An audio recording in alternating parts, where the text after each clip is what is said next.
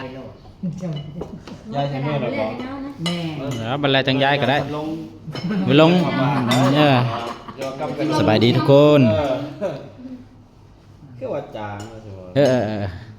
มูยองสูตรใหม่กันเลย มียังในเจอาหารเนี่ย ฮะ มียังในเมนูมินี่ ตุ๋นไก่ ฮะ การหนึ่งปลา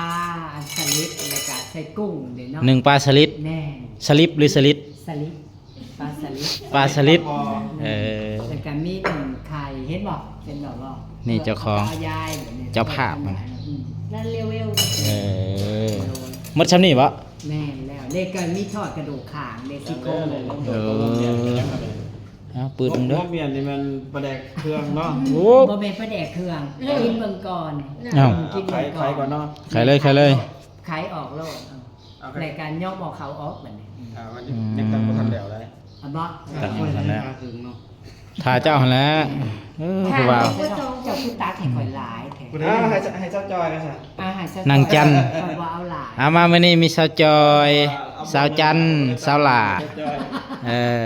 แล้วก็สาวทรายเนาะ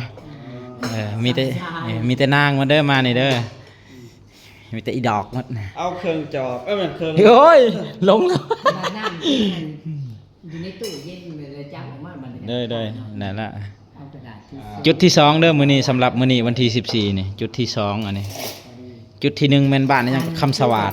นี่ตูน ไปมาแล้ว เจ้าเอาสองจี้ของรถเอาใหญ่เลยรถ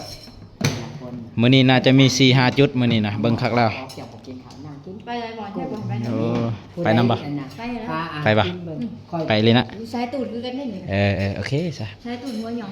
ไปนำกันได้สันเฮา ไปนี่กิน ฮะบ่ชัยภูมิบ่ไปดอกมันไกลพุ่นอยู่ไทยพุ่น ไปนครสวรรค์ น้ำมันแบบสดเอา อ้าวมาเด้อกินนำกันเด้อมื้อนี้เจ้าภาพอยู่ดีมีแฮงเด้อเจเด้อสกมานร่ำรวย เจ้าภาพจงเจริญ ตอนตายกันนั้นเจ้าเอาให้เราเนี่ย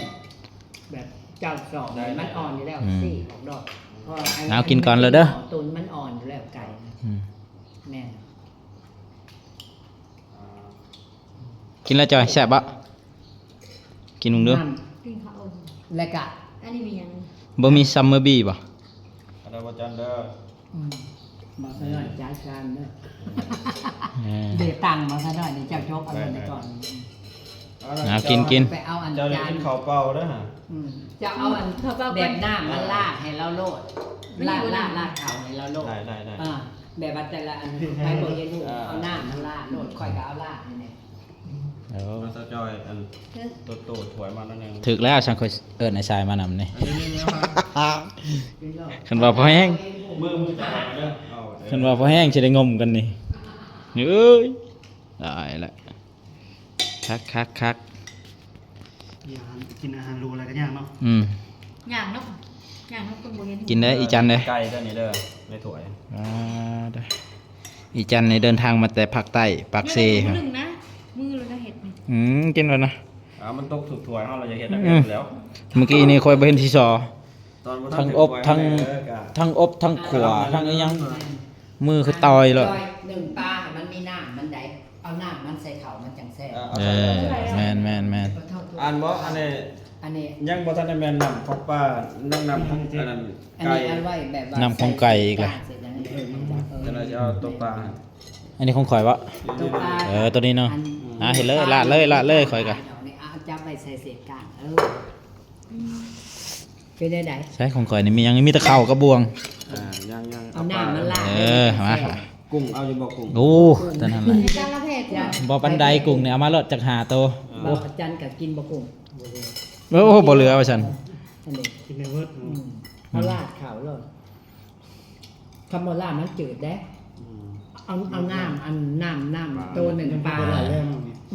ปลาสลิดปลาสลิด เอาน้ำอัน ซื้อมาแต่มุกดาหารประเทศไทย อันน้ำอันเป็นลาดมันจังนั้นน่ะกับตอนอันไข่ตักเอาลดน้ำหนึ่งปลาเนี่ยมันจังบอกนี่ มีทั้งน้ำน้ำปลามีทั้งน้ำ ลิปซาลาไปว่าอย่าง เข้าไป สลิปส่งซ่อน สงกรานต์ภาษาลาวไปว่าหยัง เช็ดบัดนี้ วันน้ บ่แม่นเพื่อนญาติ ขึ้นใหญ่เอ้าใหญ่พระลงมาเด้ โทรศัพท์เจ๊ดังอยู่ไหน ตอนกินข้าว เด้อ เวลาอะไรเนาะ พี่น้องโทรมาแต่อเมริกาได้ โมเมนต์น้อย เพิ่นสิแจกติป ผู้บ้านโทรหาแถวจัง อื